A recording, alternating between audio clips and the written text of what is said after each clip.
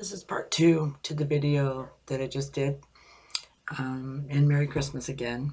So I had an moment that I allowed another person to influence me. So at the time, I didn't have the faith in myself, which I don't know why, um, that would allow this person to have me thinking I'm not getting to become a minister.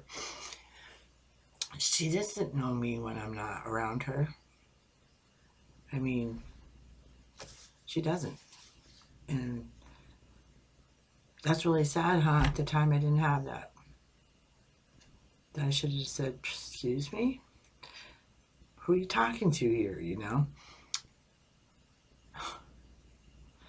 About a week and a half ago, my daughter and I were having some issues. She was really bickering with me.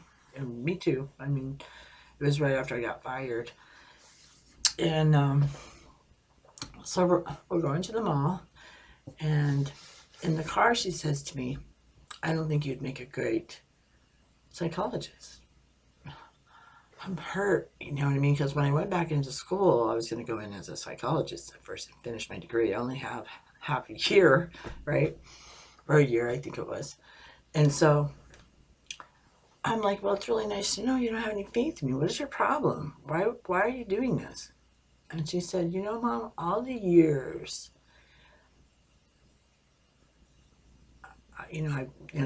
she's 22 now. She says, I don't see you sitting around listening to people's problems. You have a really hard time with that one. You do allow people to express their story at first, and then you say to them, well, let's find a way to fix that. How are we going to heal this process? And I give ideas or whatever, and then people go with it and they go about their way.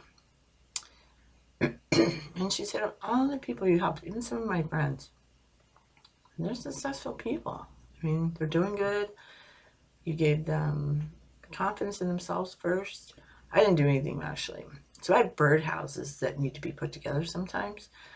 And she's had some friends that didn't have any self-esteem. I mean, none. So they would build the birdhouse, and then they would paint it. And then they got to take it home and show it off what they did. They accomplished something big. That's big. I think it's big. It's like when the Lord had me paint the eagle once, and I couldn't get that beak right. It just drove me nuts. And I'm like, I would erase it and do it again, erase it, do it again. Finally, the 10th time, I said, Father, can you help me with this? He goes, pay attention to just the little details around the beak. And boom, there I went. It was that easy, So, and slowly he was building my confidence too. And, I've been reading and studying and listening since I was 42 years old when he called me. It scared the crap out of me, but in the middle of the night. It wasn't once, it was 3 times. And so I allowed this one person who I thought would be proud of me say that to me. So I went and changed it. So then my daughter is doing the same thing. I'm like, what's going on here? Like, nobody doesn't want me to be successful? It doesn't really matter, I guess. I shouldn't even worry about it. But it bothered me. It's my daughter, I've been around her so long. Stacy says, no, Mom, I think you would be a great minister. And I don't know what that was thinking, because she don't know you at all anyway. And I don't know why you would have changed your degree. So when I'm sitting here talking to you guys earlier, I'm working on my paintings and stuff. I have a lot of projects I need to finish, because I have a big one I'm going to start here pretty soon. So I was like, oh my God, this aha moment. I allowed somebody else to influence me. That's how easy it was, just like that. I don't see you as a minister. I should have told her to, take the ladder and go climb it somewhere, But so I looked around, I was so happy. So I turned around and changed my degree, because she's right. I mean, I love to listen to your story, but I don't want to hear it over and over and over and over. Let's find change. How are we going to make a difference? How are you going to be successful? I mean, those aren't the things I say right away. I find things that would build their confidence, like buy them a puzzle or buy a book that's inspiration if they don't like to read. The first thing I ask them is, do you read? Because a lot of kids, are always going through their phone and they're reading what they're looking at. So they're reading, right? And they're like, oh, I am reading. And next thing you know, they're picking up books. They're reading. And I just find it fascinating. Just a little something changes their life. And that's what God's been doing for me through all these years. And I think that when I went through this thing at work, every day in the shower, Father God, be my rock. Help me get through this day. I mean, even though, I kind of blame my daughter a little bit too, because I had to take the job. I had to stay working. And I was being abused every day. And I don't think my daughter understood the intensity of it until I wrote it down. And she read it. And she's like, I'm so sorry. And she gave me a hug. And she goes, I didn't realize how bad it was. You never said anything. And I don't say anything. I keep it between me and the Lord. He is my rock. And that's who I go to when I'm struggling with stuff. Even if someone gets me upset right on the spot, I look at the Lord like this and I go, I'm going to sin. And next thing you know, something happens. They fall on their face. They have to go. There's an emergency somewhere. They're out of my sight. Just like that. Boom. Because when you know you're going to do something, speak to Father about it. And he takes care of it. And he did. He took care of it right away. And I've learned that. I learned that about 3 years ago. So I always call on him for everything. Some people call me a freak because I talk to him all the time.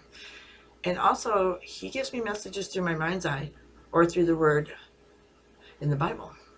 And I have a lot of different translations because sometimes he'll show me a cover so I know which one to go look at.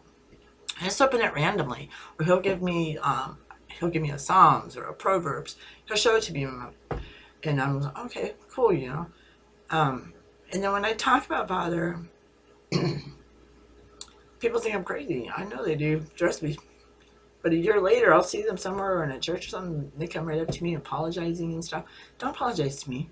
Apologize to Father. Apologize to yourself. Because the only thing I'm doing is giving good. I'm not taking anything from anyone. I'm not hurting anyone. But I'm being hurt. Because of what I believe, or that I do believe that he speaks to me through. Sometimes I've heard him, verbally, but I get pictures. It is what it is. I can't change that. There is a really famous preacher out there. His name is John Bevere. And he says, you can't give back your gifts. You have what you have. Everybody has their own. They have really good common sense. They get great dreams. They get premonitions. They get all kinds of cool stuff. They can lay hands on people and heal them. And when my mother was sick, I researched every healer that was on this planet. And I prayed for my mom every day. She's suffering. She had a rare lung disease from pneumonia. She waited too long. And God rest her soul. I miss her so much. And right after she died, she touched me on my arm. And she showed me where she was. She was in the tunnel. And I just saw the light and I could hear all the people in the background talking. But I couldn't hear what they were saying, but I could hear them. It was like a large crowd. And I saw the light in there too. And she was dressed in this really pretty dress. But it was an old dress, like, I don't know if you've seen Ghost Whispers, but it was in her clothing. That's the kind of dress my mom had on. And she gave me a memory. And I didn't even remember until she gave it to me. So I'm a little girl. It was raining. And I believe it's winter. It was in Reno. And she came in my room. She goes, put your wet boots on and your raincoat. Let's go get a donut. It was me and my brother. And he was in the front seat. He always got the front seat out because that was her favorite. I'd have to flip for it sometimes for that front seat. Back in the day, the boys were favorites. And that's just how it was. So I get my donut, and I'm holding my donut one hand and the milk in another. And I'm waiting to go home to eat my donut because my mom wouldn't let us eat in the car, but she allowed us to hold it in there. And she had a T-top Trans Am Gold. It's her beauty card. I'll tell you how she paid for that in a minute. But um, so I get home, and we're eating. My mom didn't really eat much. My mom was anorexic. She didn't want to be fat, and she stayed skinny, starving herself in laxatives. So in the end, she was happy, because the last time she weighed 80 pounds, and the doctor told her, do it again, you're going to die. So my mom was real hefty when she died, so I knew she was happy, right? But, she might not have been heavy then because with the lung cancer, she could barely eat. And she was just really in bad shape. She was probably skin and bone, but she didn't let me see her that way. So maybe that was a blessing, even though I asked her to let me know. So she passed away. And so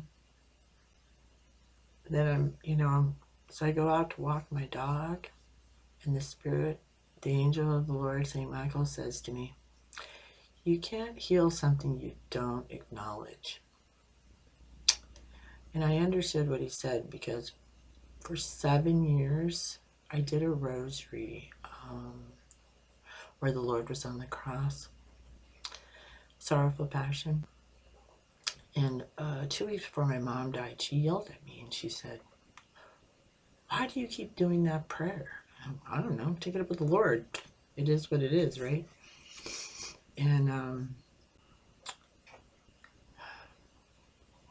she said to me was she doesn't say the death part, where he comes and gets you and then he takes you to heaven. She just didn't want to die.